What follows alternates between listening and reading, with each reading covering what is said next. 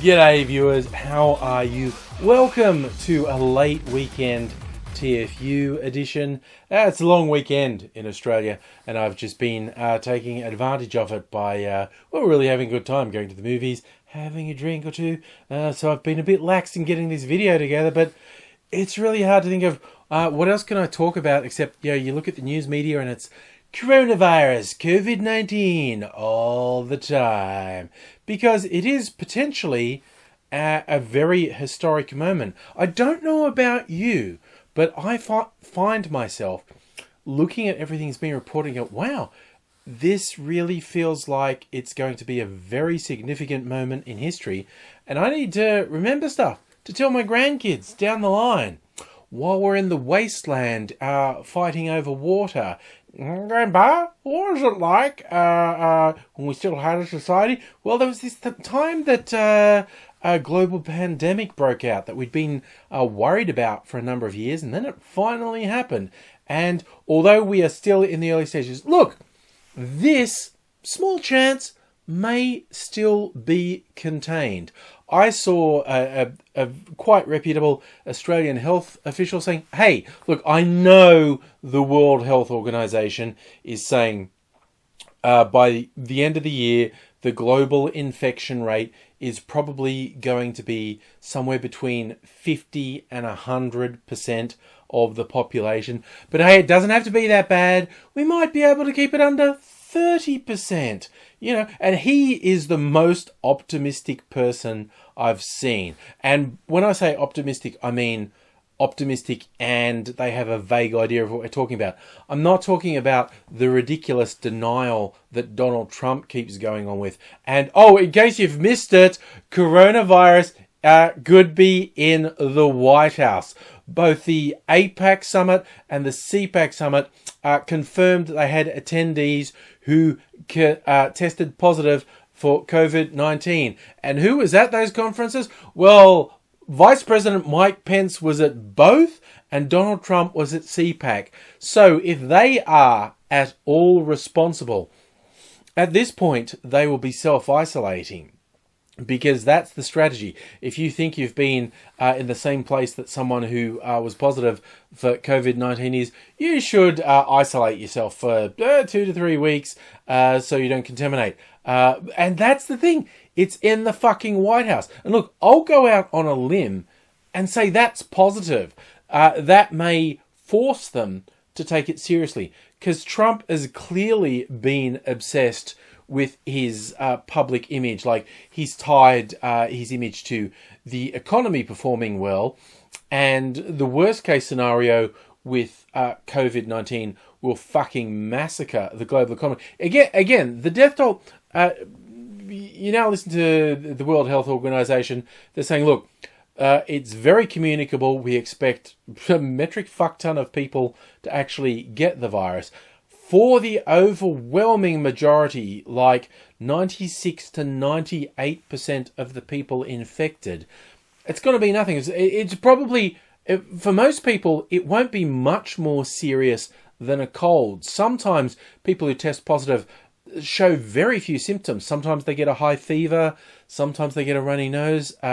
Sometimes they develop pneumonia. And if they are in one of the high risk groups, which is either very old people or people with compromised immune systems or people who have existing lung conditions, they can develop pneumonia and die. So while we don't quite have enough data to know exactly what a fatality rate is likely to be, it seems like it's going to be between 2 and 4%.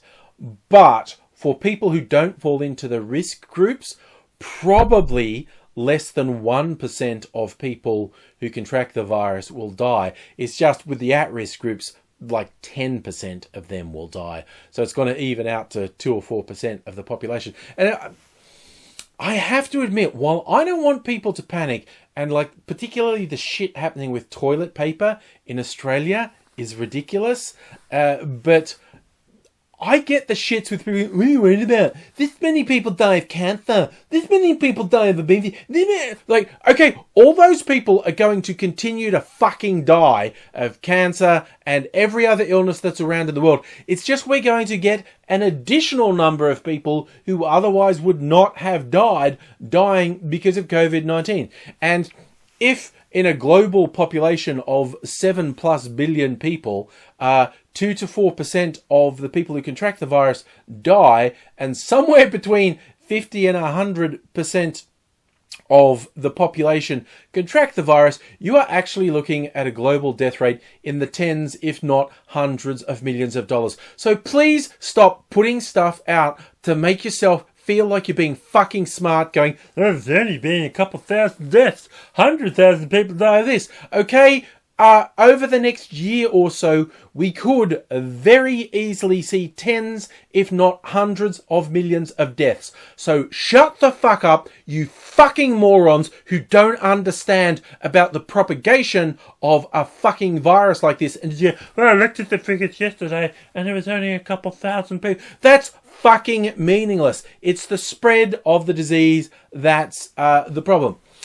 And we might get lucky. It doesn't look like we're going to get lucky, but we might. And I'm not saying I want Trump and Pence to both die from coronavirus, because they are. Well, Pence is only 60 and he seems quite healthy. The chances of him dying if he was infected were quite slim. Trump, late 70s and way fucking out of shape. Clearly fucking walking disaster area. He's at quite high risk. And I actually explained to Mrs. Angry earlier, if they both died, that would make Nancy Pelosi president, the way the US Constitution works. Third in line is the Speaker of the House. What I'm more interested in than the death toll, which may or may not be absolutely fucking terrible, is the other disruptions. Because what we're seeing, like I said, I mentioned the APAC and CPAC conferences had people test positive after the fact. So events are being cancelled. Major conventions. South by Southwest got cancelled. That's a major sort of tech and art and music convention in Texas. That was cancelled because of the risk attached. Now, just here in Melbourne, we've got the Grand Prix coming out, which doesn't look like it's going to be cancelled, but people might not go. The crowd numbers might be very low. But later this month is the Melbourne International Comedy Festival, which is usually a huge event, and I've been really looking forward to. But fuck, 2 weeks from now, we might be getting quite comprehensive warnings saying don't go to crowded public events. So even if they don't outright cancel the comedy festival, which I honestly think is a 50-50 bet, the numbers may be way down, like 50 to 90% down. And this is what you need to understand. When something like South by Southwest gets cancelled, if the comedy festival gets cancelled, there are an enormous number of people, not the high-flying companies who get, but people who were in all the support jobs who were depending on it, and now they don't have any money. With the comedy festival, the independent comedians who are putting on shows, they've already paid for their venues, and it's probably non-refundable, and they really depend on getting a crowd in. And if the thing gets cancelled, hundreds of independent comedians are just fucked. Like, it wipes out their budget for the fucking year, if that's just... And it's really bad. And there's been some stories around the world, but specifically in Australia, like a GP who continued to run his practice after coming back from the US when he had some slight signs of COVID-19. And it turns out, after he was in his practice for a week, he did get a test done and he did test positive. So he's seen hundreds of people in that time. And that's caused a bit of a furor. But what's he going to do? He wasn't in a high risk zone. He'd been in the US, not China, not Italy, not Iran. He'd been in the US and he only had really mild symptoms. And the health minister went down on him, and all the GPs are going like, get fucked, dude. We don't make money if we don't see patients. And when you think of all the casual employees, the people who work in food service, in hospitality, they don't get paid if they don't go to work. And you really think they're going to care about you when it's literally them being able to survive, to pay rent, to make it to the end of the week, and you say, oh, they shouldn't go to work if they're showing... Dude, they can't fucking live if they don't go to work. And the US is far worse than Australia. A few surveys have shown basically 2/3 of the US don't survive to the next paycheck. It's like they run out of money before they get their next paycheck. If they don't go to work and they're not covered for it, they are instantly destitute. The economic effects, I mean, you hear Trump and these fucking sociopaths on Fox News going, oh, stock market, it's going to affect the stock market. Fuck the stock market. Fuck business. Ordinary people are going to be put in desperate straits by this. And again, the overwhelming majority of people who are working, and like I said, because the at-risk are older people and people with health issues, so the people who are working who don't really fall into that, 98, 99% plus of these people will actually be fine, but when they feel compelled to go to work, even though they're showing symptoms, they are at risk of infecting people who are at risk of dying. And I'm not completely on board with blaming them. Honestly, when their actual survival depends on them going to work because society doesn't support them if they don't go to work, the fuck else are they meant to do? And this rushed and condemned. Again, there was a case in Australia, someone who worked in hospitality was showing signs and they did get tested and it was going to be a week till they got the results and they went back to work. A week later, they got the results and they were positive for COVID-19, but they'd been working and serving hundreds and hundreds of people for a week, but I don't fucking blame them. How the fuck are they paying the bills if they don't go to work? Unless the government is going to step up and say, we're going to look after everyone. What the fuck are people meant to do? It's absolutely ridiculous. You're seeing really weird shit happen. Like, the Catholic Church is interesting. I grew up Catholic, and when I saw things saying like they were taking holy water out of churches and they were changing how communion was given out, I wasn't surprised, because for those who don't know Catholic behaviour, when you walk into church, there's a little thing that holds holy water, and everyone who walks in puts their fingers in the holy water and then does it, so touches their face after everyone else has put their hand in there. So in other words, it's a fucking major disease vector. So the Catholic Church is saying, okay, get rid of holy water, change how communion is given, putting it to reduce thing. And although as a friend of mine who's young Franklin, he's a bit of a lad, he's Irish, where the Catholic Church has a lot of sway, he noted they aren't suspending passing a collection plate from person to person where people put money in. Even though money has been identified as filthy, dirty thing that could transmit it, and people passing things hand to hand, the Catholic Church might be willing to give up a lot of things, not willing to give up the money at this point. But please, I might be sounding alarmist because I do actually get the shits at people who think it's nothing. They said that about SARS. They said that about H1N1. They said that about Y2K. Like, fuck off, okay?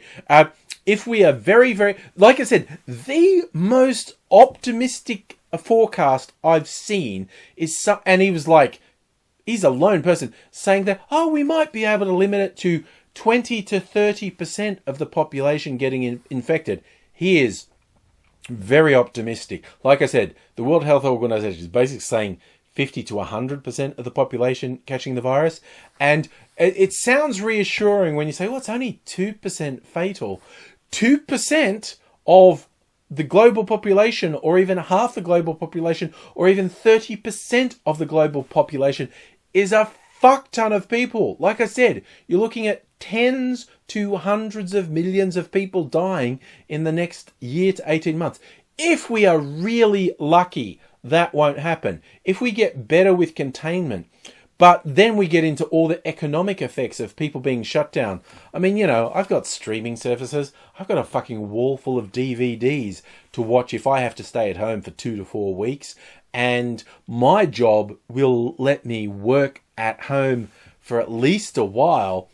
But you're up to 2/3 of the population cannot possibly work from home. So if someone's saying you should self-isolate, it's like, oh, I should descend into destitution overnight. Fuck you. So we need to kind of work together on this to not panic. Like, it's, don't be racist. Don't do this weird shit where people are lashing out at someone who looks Asian because the epicenter of this, was China. And look, this is super embarrassing to admit, but in Australia, we've had wild craziness of people getting into physical fights over toilet paper. There's a story of someone pulling a knife, someone who's so violent the cops ended up tasing him.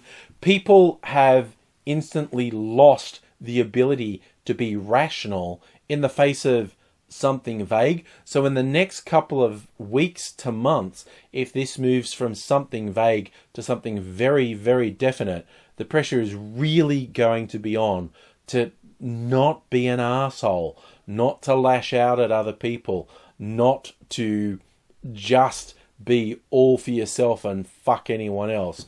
Because honestly, none of us do well out of something like that. So while I've said I've kind of got the shits at people who glibly say it's no big thing, because it is potentially the biggest thing for many, many, many decades, if not a century. And it potentially is going to be very bad for tens of millions of people. We need to be positive. We need to be supportive. Instead of hoarding toilet paper, like my neighborhood is full of old people. I get criticized by the fucking youth. Like, you're old. What do you know? Hey, in my neighborhood, I feel fucking young, okay? I'm in Pensioner City. Try to think of other people. Try to be supportive rather than destructive, because this could go all sorts of really fucking nasty directions in the next couple of months. And if that happens, it's going to get very tough, and we'll survive better if we're working collectively rather than shitting on everyone else. See, that's my positive note. Let's be nice. Let's support other people. Let's keep other people in mind rather than think solely of ourselves. And I just want to close out what I personally am doing to protect myself. There's a story going around because one of the things people have been... wash your hands is a big thing. With soap and water, but also, with the alcohol-based disinfectants. Soap and water is actually your better bet, but of course, everyone's hoarding those fucking hand washers, which is bad. But some people said they're going to make it own. And Tito's is a popular brand of vodka in the US, and it's one of those things where I think it started off as a joke. Someone said, I'm making my own hand wash out of Tito's and moisturizer.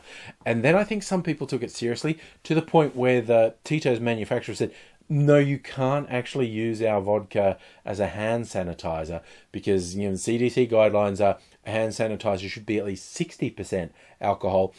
And our vodka is only 40% alcohol, so it's not effective. Please don't do it. And so people say, so you can't use alcohol as a hand sanitizer. To which I say, you're all fucking amateurs.